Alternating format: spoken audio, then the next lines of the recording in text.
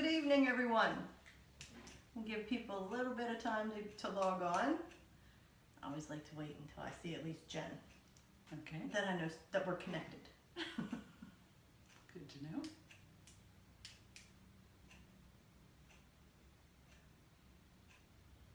All right. There she is. I'm in. Okay, excellent. All right. Welcome to Journeys with Judy. Tonight we are in Annapolis, Maryland at Unity by the Bay. And we come here, and when I say we, I mean Jen and I. Jen is the producer. We call her the Wizard of Oz. She's the one behind the scenes making everything happen. When we talk about links and Facebook pages, she's the one putting all the information up. So I just sit here and have a conversation. She makes all the magic happen. Anyway, so we're here with Lilia Shoshana Rae. She is an author, a healer, a teacher, a mentor, and an angel communicator. Right. And we've come here to learn about Lilia and her journey. And I'm very excited to find out more. Again, I had to keep telling myself not to ask questions before we started the show. And it was pretty difficult. So thank you for having us. Well, I'm glad to have you here. This is Unity by the Bay is my second home. And I have family at my personal home, so it just worked out better to come here. Perfect. And it's beautiful here. Yeah. Yes, absolutely beautiful. So we're going to go ahead and get started with our basic questions. Where were you born and raised? Okay, so I was born in Doylestown, Pennsylvania. Okay. And grew up in Quakertown, Pennsylvania for the first 10 years. And where'd you go after that? We, at the age of 10, came down here to Severna Park, Maryland. So you've been here since you were 10? Mm-hmm. Oh, okay. And you just never had the desire to leave? You like it here? Oh, I took some adventures other places. Ooh. All right. We'll get to that. Yeah. Okay, we'll talk about them later, but what brought you back? To Severna Park. Oh.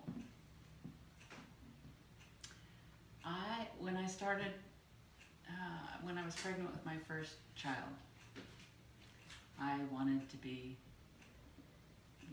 where I felt home was. Okay. And it was a good thing. It worked out really well later on. Excellent. So, Okay. Do you have any siblings? I do. So I have two sisters and a brother, and the one older sister, younger sister, and younger brother. Oh, okay. And they're all living. And Now, do they all live in this area? no, my older sister is out in Oregon. My younger sister is in Texas, and she's currently visiting. So Nice. and then my brother's in Virginia. Oh, so you have some nice places to visit. Mm-hmm. Excellent. How would you best describe your childhood? It was good, although I think that I thought it was tougher than, when I was experiencing it. We didn't have a lot of money, Mm-hmm. but we never didn't eat, so we had food all the time, but it was just, my mother loved to say, that's too expensive.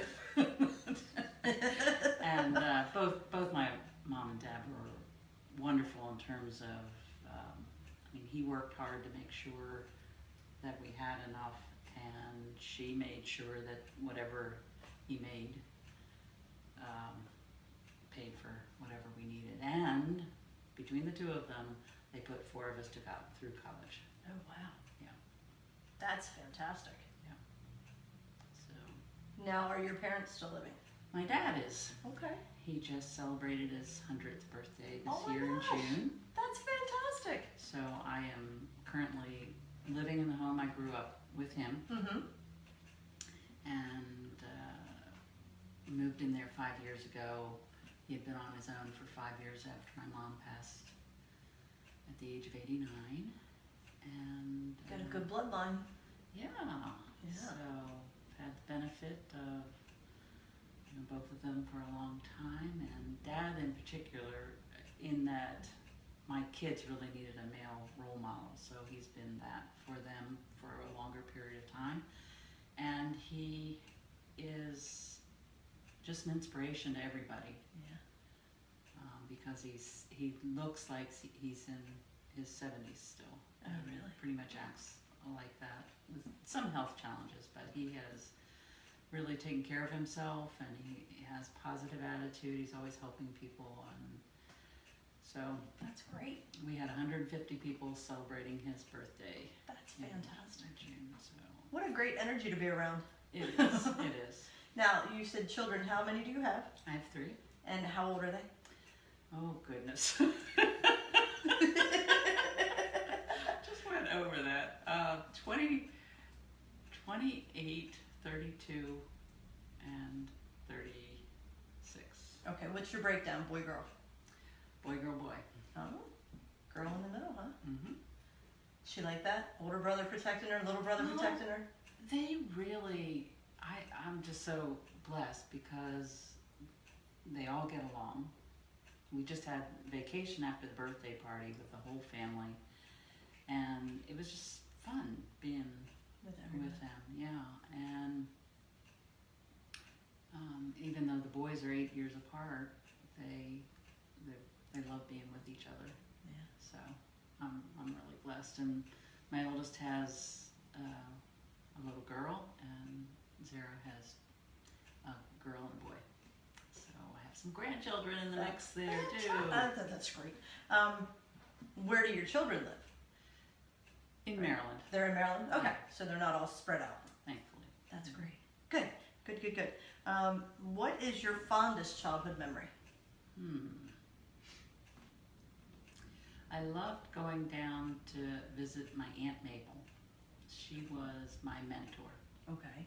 And where was she? Where was she in, located? Gastonia, North Carolina. All right.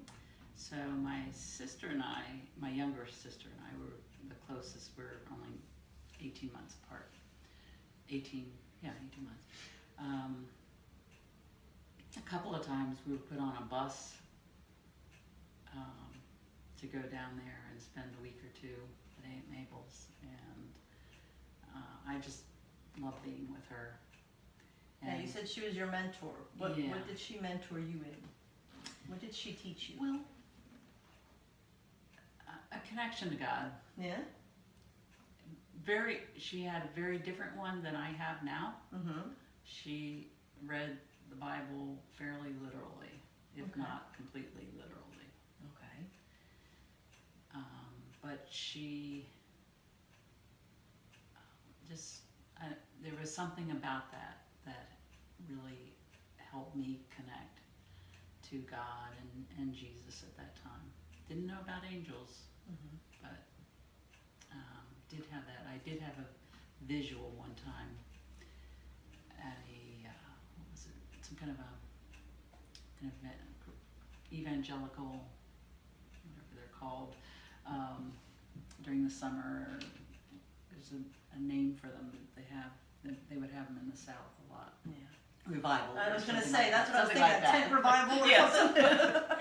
And this was in Asheville, and they had a place where all the children went for their activities, and during one of those events I saw a visual of Jesus at that point. So And how old were you? I would say 10. Wow. Yeah, 9 or 10. Now, did you tell anyone? I told Mabel. Mhm. She was, but nobody believed me really, Yeah. because that would have been unusual. A little bit. Yeah. Yeah. But with her influence, I was very spiritual and loved being around her because she was. So were your parents not very spiritual? They were, but in a more, I would say, intellectual sense, or my mother was very religious, but I didn't have the heart connection with her that Okay. I had with Mabel. Okay. So I think that Okay. would have been the difference. So what religion were you growing up? may I ask? Lutheran and Presbyterian. Lutheran and Presbyterian. Okay. All right. So your Aunt Mabel, being with her was your fondest childhood memory. Yes. Okay. What was challenging for you as a child? I had trouble fitting in. My younger sister and I had a lot of competition, and she was the athletic one, and I did better at school than she did, so we both had that kind of dynamic. Mm-hmm. So we grew up thinking, I thought I couldn't do anything athletic, and she thought she could.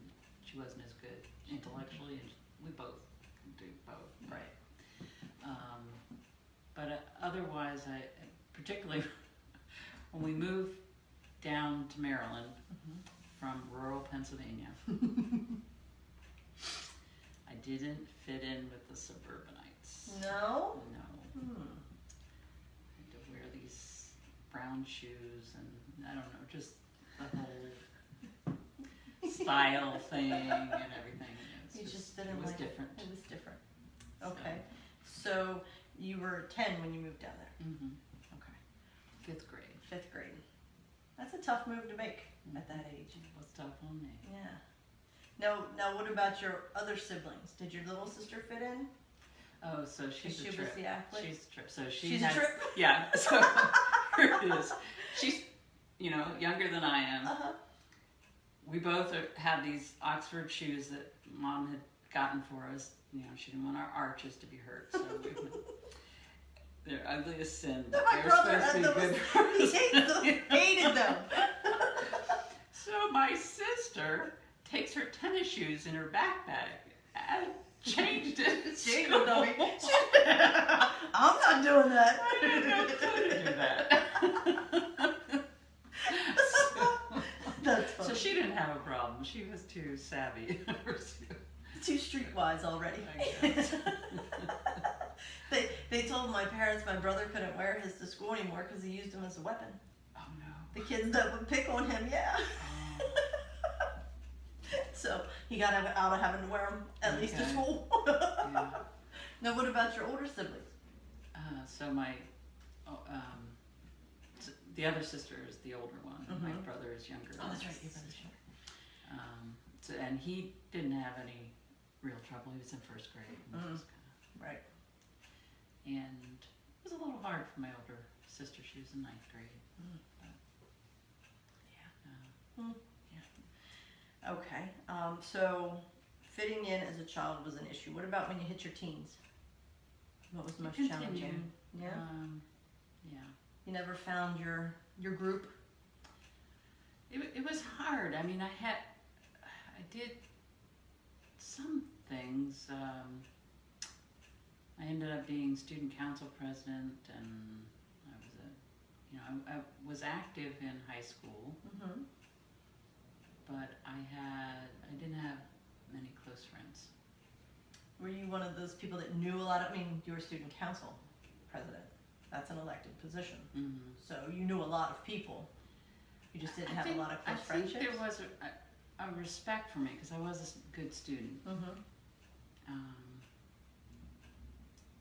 I guess I had enough connections that I won the election. I was but, going to say, there's got to be something Something there.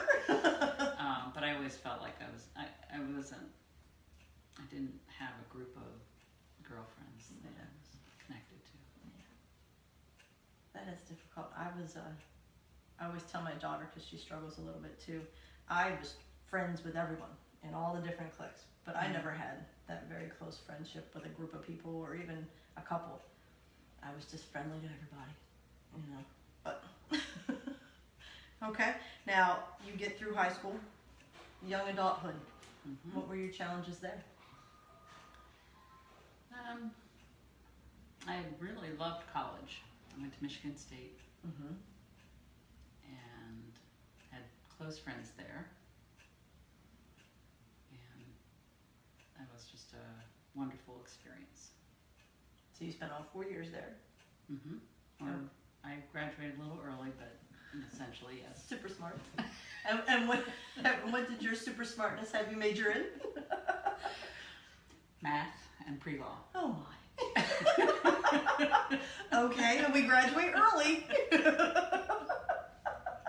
That's great. Don't speak math to me though. You might as well speak Latin. Yeah. So. Okay, so you get out of college. And then I went to law school. And where did you go to law school? I went to NYU. So I had a full tuition scholarship there. And that was probably a good thing because otherwise I probably wouldn't have continued. No. You're not a fan of New York? I love New York. Yeah? Mm-hmm. So why wouldn't you have continued? One of my adventures. Yay!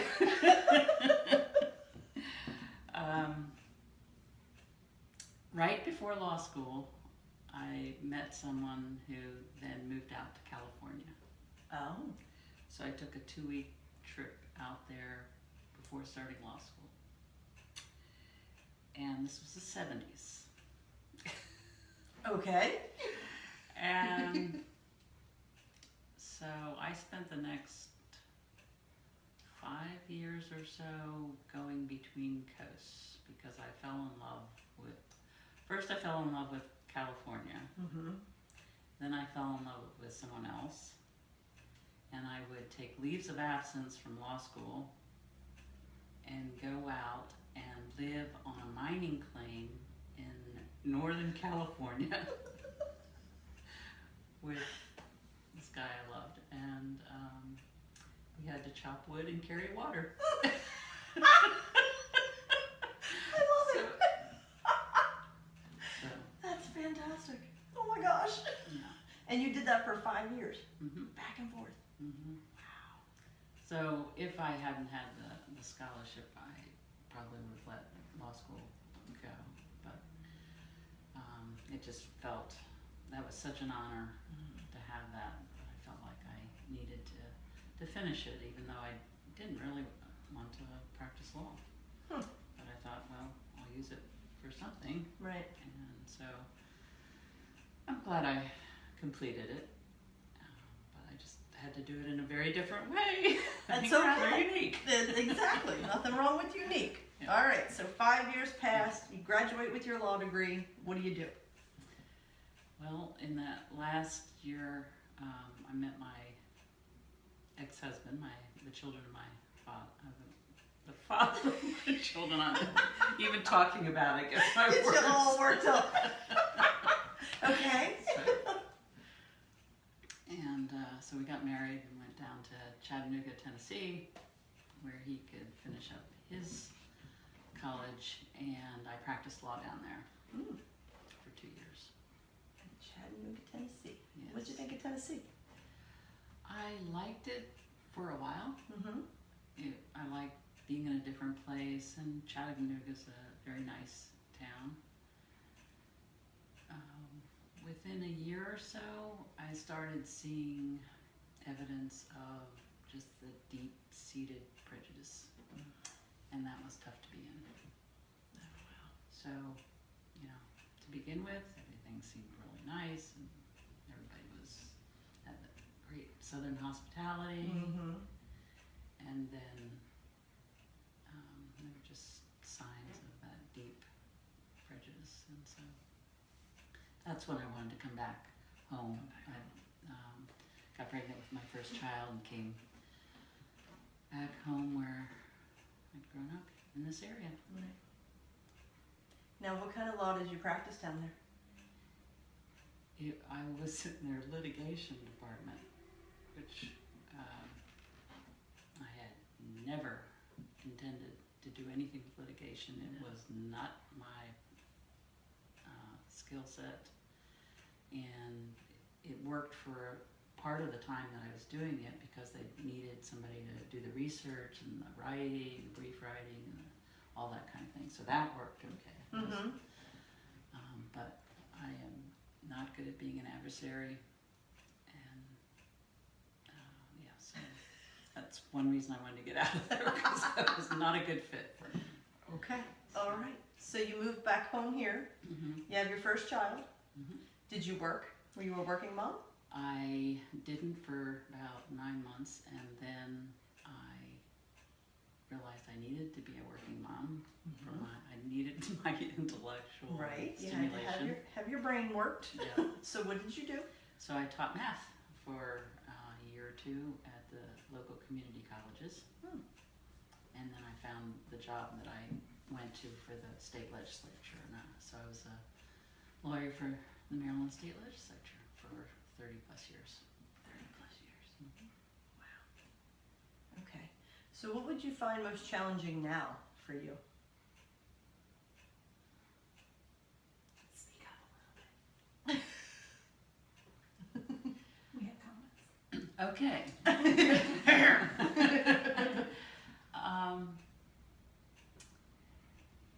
What is hard is doing the work that I do now.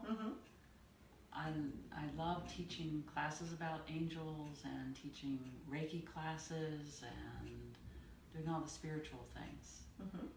In order to do that, you have to do some things as an entrepreneur, including try to do something about your website or your, learn how to use Facebook or all the technical things. Okay. So that's where my challenge is now. With technology. Yes. Okay. All right. So we answered our next question. We kind of walked through all the jobs that you've had up to this point. So you worked as an attorney for 30 years. When did your spiritual journey begin? Well, I shared how spiritual I was with Aunt Mabel as a child. And then I did get away from that until young adult, had some experiences at that point, even when I was in law school in New York. And then got away from it, just did more mainstream. We went back to the Presbyterian church, and it wasn't until the late 90s when I had been divorced by that time and had my heart broken a couple of times, and at a very low point, the angels came in and helped me. And you say they came in. How did they come to you? Well, I was working as the lawyer and very heartbroken and really miserable. I mean, I just felt lost. I didn't know what I was going to do. And so I would take walks at lunchtime on the grounds of the State House. And one of those days, I saw a visual of this being on my shoulder. And it was this little being in a dark suit and a fedora. And what I was hearing was, you're going to be okay. And everything's going to work out. You are lovable. Don't worry about it. And so I'd never had an experience like that. I didn't know angels were working with people these Could wear days. fedoras. And that, yes. But I it's like I was having this conversation. I know who I was having a conversation with. So I asked, and he said, I'm your guardian angel, and my name is Harry. Harry. Yes. So it was comforting but scary because I didn't know what to make of it. And since I had been so miserable, I didn't know whether I'd gone off the deep end. Right. Have I now completely lost it? Right. Okay. And when did you realize you didn't completely lose it? Well, it took I also had the experience of Archangel Michael coming in, but he was like a cloud. I didn't see any other visual. It was just a sense of this energy here. And he was saying similar things that Harry had said. And so I said, do you have a name? Hey, Mr. Cloud. What shall I call you? So what I heard then, right away after I asked, was Michael. Now, it took me weeks and the help of a friend to accept that it was Archangel Michael. I just figured it was an angel named Michael. Mm-hmm. And then what helped me was there were books. I went to a bookstore, and actually Michael helped me find a book that gave suggestions for how to develop a relationship with an angel. And do you remember the name of that book? Angels Speak. Angels Speak. Mm-hmm. So that was your first book. That helped That me. helped you out. Mm-hmm. Okay. Yeah. So reading that, and by that time I'd come to Unity by the Bay, and there were people there who were open to these kinds of things. So there were a few people I could talk about it there. Mm-hmm. There still weren't that many who had had a personal experience or knew anybody who had, but there was more openness Okay. to talk. So your comfort level was a little better. Yes. Excellent.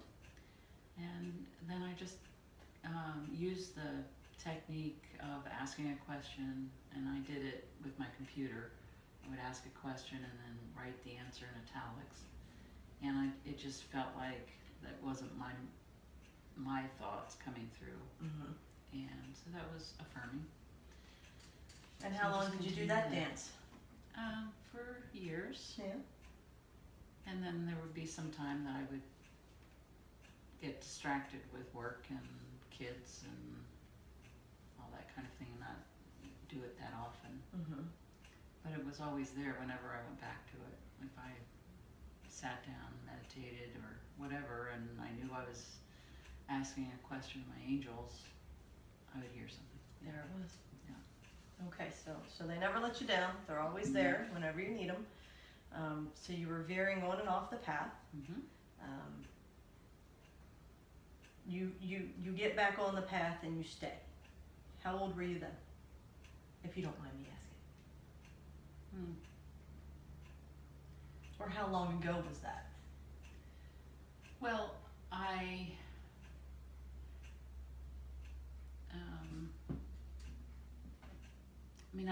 was doing some kind of spiritual study all that time. It Okay. wasn't necessarily with the angels. Gotcha. So when you say spiritual study, what kind of things were you doing? We have a Course- lot of new viewers. Oh, okay. So So I studied A Course in Miracles, okay. which really was helped me understand the gift of forgiveness. That's a key principle in A Course in Miracles, and that really helped me deepen my spiritual understanding. And I took Reiki. You know, I call that my gateway drug. Oh, okay. That's what sucked me into all of it. Okay. Well, I started teaching a couple of years ago because I felt like it is a foundation for me. Yeah, it definitely was for me. Right. So, so that was a big part of my spiritual journey, along with everything that Unity brings, because Unity is open to other beliefs and is founded in prayer practice, but just that openness to other things. So you took courses, you learned about forgiveness, Reiki, and you surrounded yourself with like-minded people. Yes. Seems to be a theme going on here when we speak to all these wonderful people. Just saying that. Everyone should be attuned to at least Reiki 1. We're working on it. Okay, so the big question. Have you always had the name Lilia Shoshana Rae? No. You have not. No. When did you change your name? Well, so after the angels came into my life and I started going to Unity, I heard of others who had had a spiritual name. So when I was at a retreat at Bon Secours, I just, during a meditation that was being led there, I just asked during that meditation, do I have a spiritual name? And what I was hearing was that it was something like my grandmother Lily's name. Mm-hmm. So her name Lily came in, and then Lillian and Lilith, and that didn't quite do it. But a month later, I went to another program, a workshop, and I'd gone to a series with this one woman.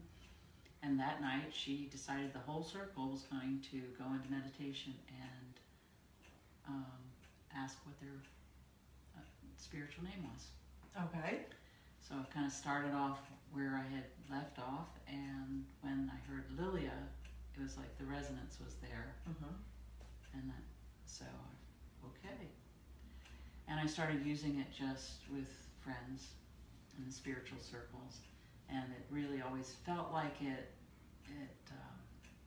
resonated with the way I had become through my spiritual transformation.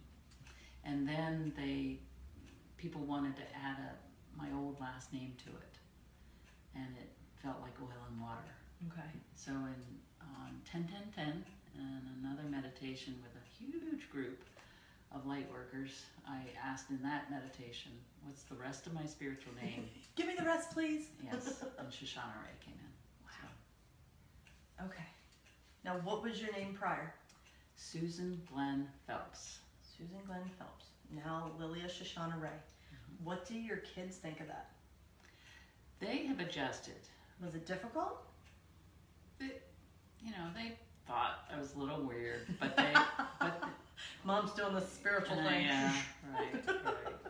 But somehow they really accept it, and they've seen good changes in me over the years, so they know something's working. And to them, you're still Mom. Yes. So they don't have to change what they call you.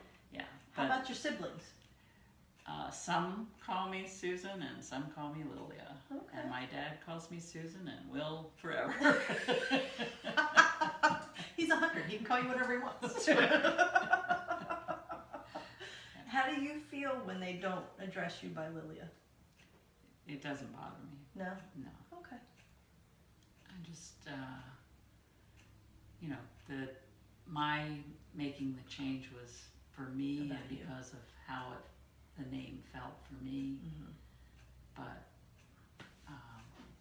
they know me as Susan, so it doesn't bother me. I feel there's a lot of love that goes with Susan, too. Oh Yeah, yeah. most definitely. I've had to integrate the energies because they feel a little different in my body. Mm-hmm. So there have been times that little Susan has said, "What are you doing? Have you lost your mind? I'm going to tell Mom!" So you've worked on that little girl. Yes. Yeah. In That fact, would be you interesting. helped me. Me? Yeah. What? Yeah. No way. Yeah. So. Oh, well, thank you. Anyway, see, you threw me off now. It is interesting because when you do your little girl work, I think of little Judy. Mm-hmm. Well, you have little Susan and you're Lilia now. Does Lilia have a little girl? No. You came Yes, into her Susan. a grown woman. Yes, Susan. Yeah. Huh. Okay, so you've changed your name. How did you become an author? You're a published author. How did you do that? I felt, because of the way angels came in, that I had a story to share with people, and for me to switch from being a lawyer and then working with angels, doing the spiritual, and then finally leaving. But I had the idea and started writing a book before I left work. Okay. I had the intention of, Before you hung up your law degree and called it a day. right, Okay. but I knew I wanted to move in that direction. How difficult was that? Floating back and forth between those two worlds. Yes, it was hard. I Yeah. can't It was imagine that was very difficult. So I tried to retire in 2010 so I could do this full time. You tried. I did. So I retired for 6 months Uh-huh. and didn't have a clue on how to build a spiritual, a holistic practice business. Mm-hmm. or even how I had written what I thought was a manuscript at that point, but it really wasn't very good. Okay. So I needed to learn. All right. I needed to learn how to really write well. Learn how you go about publishing and, you know, growing a business and all these kinds of. I'm still learning that part, but I had that dream. 2008, I started writing every morning, so I got into a regular practice for a while, and that's how I got a body of work that I thought would be the book. But it was good practice, and there are probably some pieces of that original thing that are in my current book. But I'm glad I took the 8 years and developed the skills and got help with the editing and all that kind of thing. And, so. Okay, you said you retired for 6 months. You went Oh, back. I went back. Thankfully, I could go back part-time. Oh, nice. Yes. So That was a great compromise. it was. Yeah. Yeah. How long did you do that? 6 years. Okay. No, that sounds like a perfect compromise. It, And a little less of the. it was still back and forth, left to right brain, Right. that sort of thing. And I didn't share with anybody. When I retired in 2010, I shared that I did Reiki. So they knew that was a part of what I wanted to do. I didn't tell them about the angels until I left in 2016. The second time. And how did they receive that? Okay, a few looks. Couple raised eyebrows. I don't know that anybody's told me fully, but She needs to go. they still It's talk to time. me. They still Okay. talk to me. Well, see, there you go. Because if they thought you were cuckoo, you're retired. They wouldn't talk to you anymore. Okay, so how did you get your first book published? Well, I came across a wonderful woman in York, Pennsylvania. Stop it. In York? Yes. No. Christine Closer. And it was just serendipity. It was the universe bringing her work and wisdom through an email that just popped up. I had no idea who she was or what her work was, and she was just creating something new called the Transformational Author Experience. And so it was an email about that, and it was a telesummit for 2 weeks that talked from how to write to how to market, how to publish, soup to nuts about writing a book and getting it published. So I learned what I did not know, how much I didn't know, and that really helped. And then through various programs that she had, and then in 2012, I think, no, I'm forgetting dates, I think it was 2015, I did a program with her that helped mentor in the writing and then provided a publishing package. Okay. And with that publishing package, what book did you publish? The Art of Listening to Angels. Looky there. Now, how would one find this book? It's on Amazon. It's on Amazon. The Art of Listening to Angels by Lilia Shoshana Rae. What do you want to tell them about your book? What could they expect to learn from this book? Well, it tells my story, not only of how angels came into my life, but also how I've worked with them and the ups and downs of it. Wait, they're downs? Only on my side. When I am not listening, I'm not open. Gotcha. Okay. So, and really, so one of the things I've learned is that we have to work on ourselves to deepen the connection with them. So we have to be willing to do that. Yep. So It's not always easy. no, Nope. but they're there to help us even when we have struggles with it. Yes. So they gave me a process to share, a 5-step process, and so I describe that in the book. And then,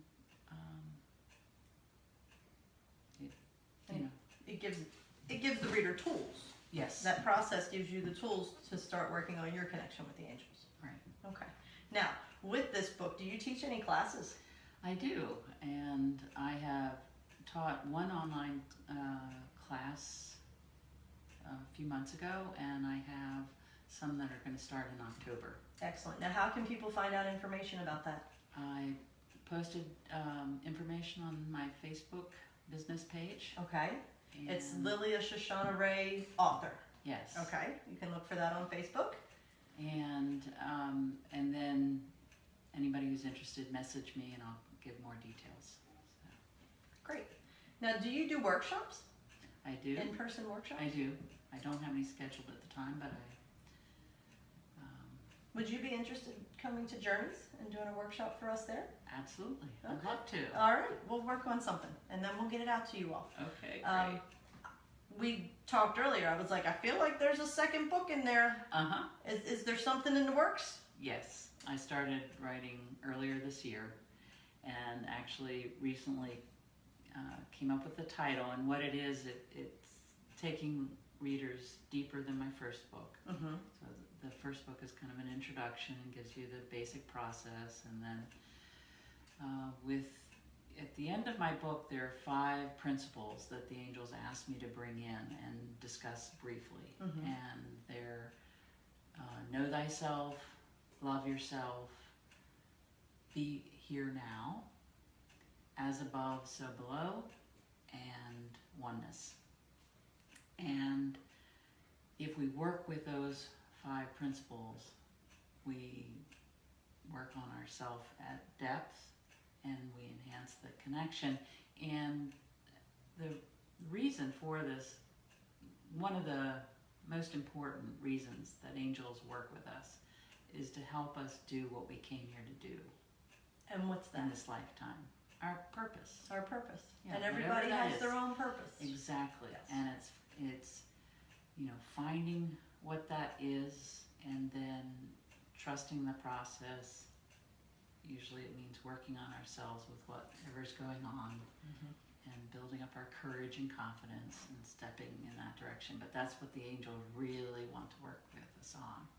And so the second book, it's called, if I can remember,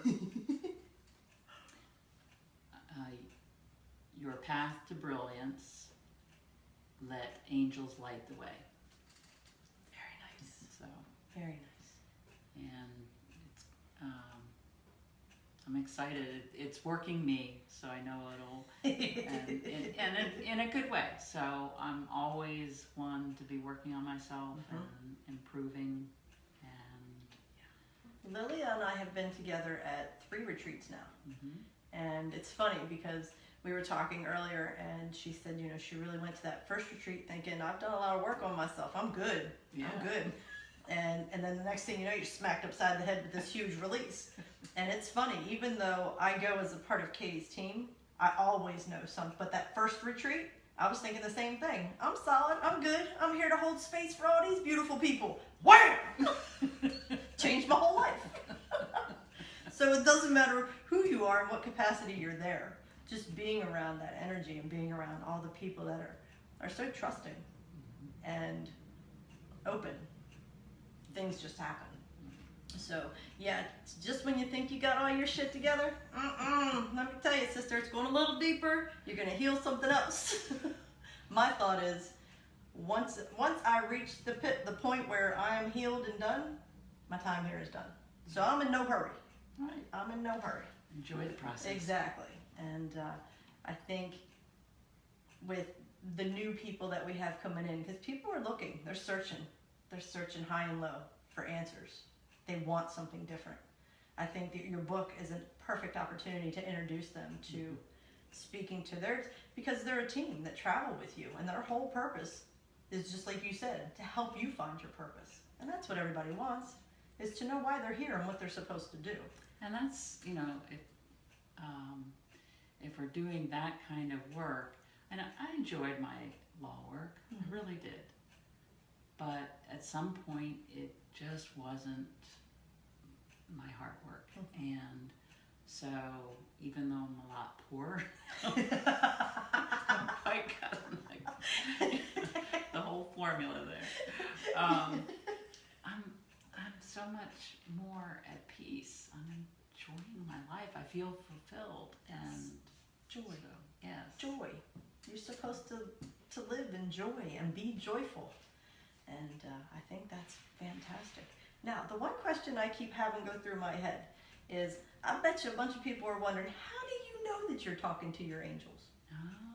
How do you know that it's not just you answering your own questions?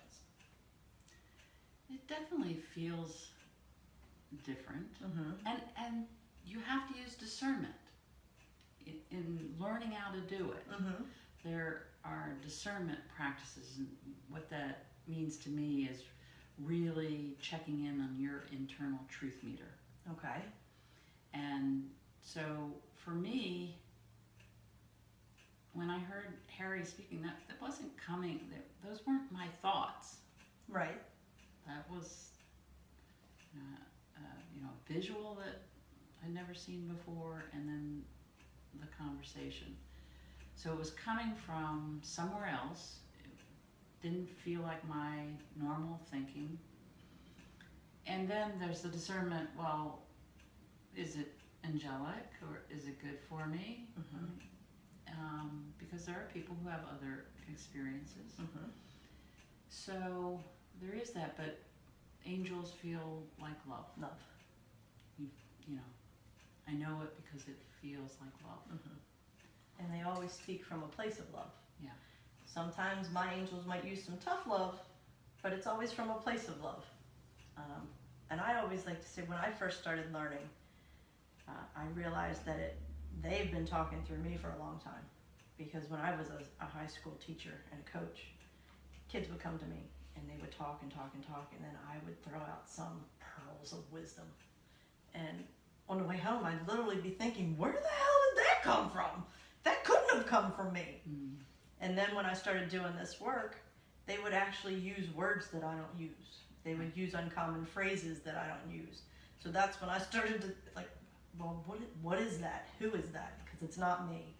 And I'm to the point now where I can tell when it's messages from the angelic realm, messages from loved ones who have crossed over, and messages from your soul family, your team, the team of angels that are just like, here, this is what we're here to do for you. It's hard to describe how to make those distinctions. Yeah. But there is a way we're wired in here that we can. Yes. And the It's more you, just subtle and that's the differences. biggest thing, the more you do it, Yeah. the differences become more obvious to you.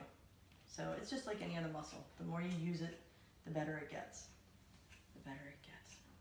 Whew. Okay, so we did a lot of answering questions, and I didn't even have to look at my questions. Let's see. We already talked about what motivated you to write your first book. What does the future hold for Lilia Shoshana Rae? We talked about your second book. Well, that's not the only book you're in, though. You're in 2 other books, correct? I have chapters in 2 anthologies called Pebbles in the Pond. Okay. And where can people find those? Amazon as well? Yes. Okay. Excellent. So what else? And there's stories of different kinds of transformation. So they're great anthologies that have beautiful stories in them. So if you're looking for a lot of different experiences, that's a good source to have. Good. All right. So what else? You got the second book that you're working on. What else do you see for you? You're going to teach some classes? So I have been teaching Reiki classes, so I'm going to continue teaching them because I feel like Reiki is a foundation for me. Absolutely. And then teaching the basic classes based on my first book, and then taking students deeper and doing some one-on-one work and see where that goes. Now, would you ever be interested in doing circle readings? Like, what do they call them? Gallery readings? Don't, not at this time, Okay. because the way I work is more of helping others make the connections Okay. and developing their connections. So I'm not a typical angel reader. I mean, I do give some messages, Okay. but that's As not far the as way I that work. being your gig, that's not it. Right. Okay. All right. So you also do holistic shows. Are you going to continue doing those? Yes. So Okay. I'm What do you gonna have be coming up? Karma Fest, October 5th through 8th in Maryland. Okay. Karma Fest, the gathering, right? Yes. Okay. It's in Upper Marlborough, Maryland, at the Patuxent River 4-H. And so I'm speaking on the Saturday and Sunday, October 6th and October 7th at that. Okay, so you're giving a So- couple lectures. And then I have a table where I'll be doing angelic stellar healing sessions. So Angelic Stellar Healing Sessions. So the angels have asked me to take it I love it. and also connect with star energy, along with their energy, and who knows where Nice. that'll take you. That sounds amazing. I like the energy that came with that. Good. That was cool. So is this the first show you're going to offer? That angelic stuff? No, I've done it. You've been doing before, it? yeah. Okay. All right. So I've always seen your table set up with, your booth set up with a table. Not always. Not always? So- I'm not at all of them. No. Just the ones I've been at. So I can do it with someone sitting in a chair because they're only like short sessions, so Okay. I can do it. So is it Reiki infused? Mm-hmm. Yeah, I combine Reiki and then the angel energy, and then they connect us to the appropriate star energy, whatever is, for that particular person. Sometimes that a star system is identified. Sometimes it's just to connect to that expansiveness you can feel with connecting with the stars. So there's a lot more to it, because I think the idea is to help us understand who we are, not just as beings in this body, but Right. we're multidimensional, and so connecting with those other dimensions of us. So where did you learn this modality? My angels. That's what I'm trying to get to. I think we have another class in there. Yes. Have we been taking notes? Well, I'm getting there. Okay, Yes. because I'd like to learn that. That's very interesting.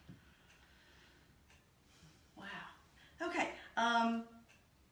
Like I said before, we have a lot of people that are new. What are some words of wisdom you would give them as they're beginning their spiritual journeys?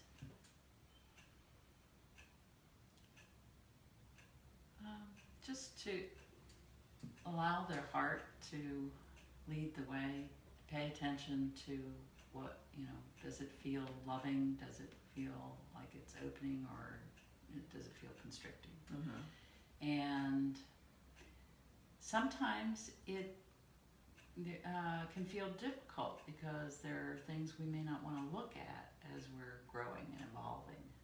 But just trust that Spirit has our back, angels have our back, and they'll get us through whatever feels challenging and hard. When you get to the other side, it's totally worth it. Oh, It's yes. always worth it. Well, we had someone comment, you heard someone comment recently that they had seen me, 2 years ago, and then when I Yes. was presenting on angels, and it's like, are you the same person? And that's only the last 2 years. So Yes. we keep evolving, and we're better for it, and my life is better. I know I have a lot more peace, love, and joy in my life than I did when I started on this.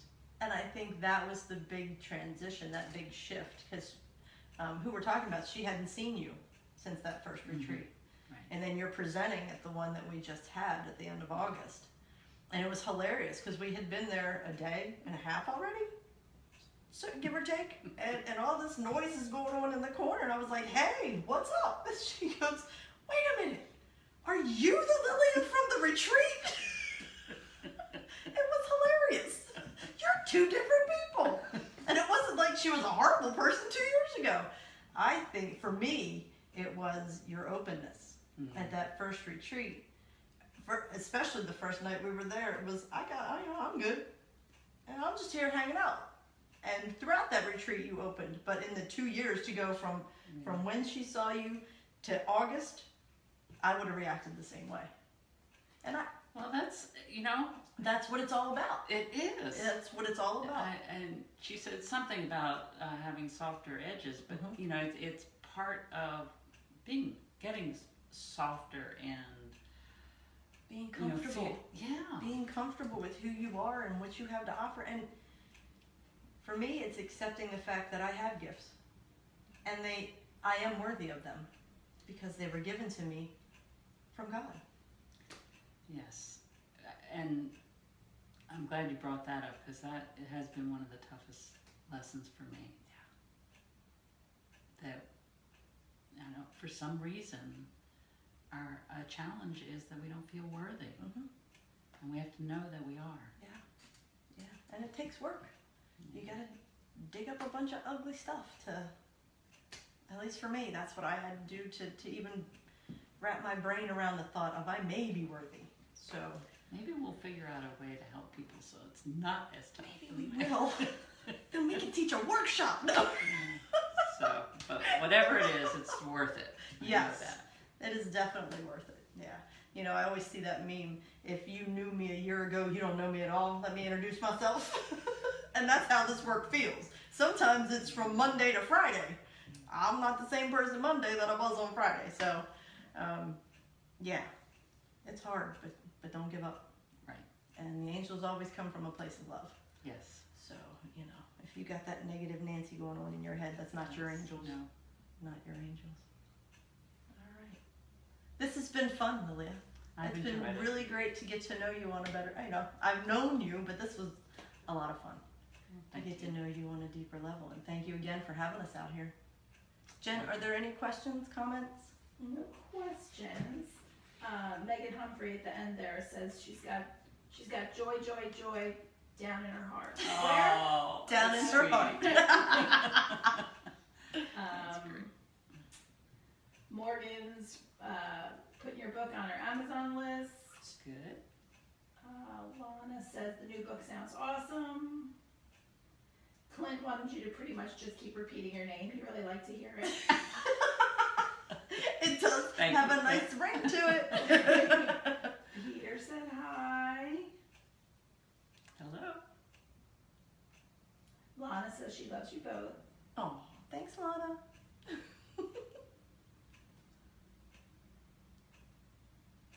Yeah. All right. Very good. Did you have anything you want to close with? Well, I'm just so grateful for this opportunity, and I'm grateful for everybody who tuned in, and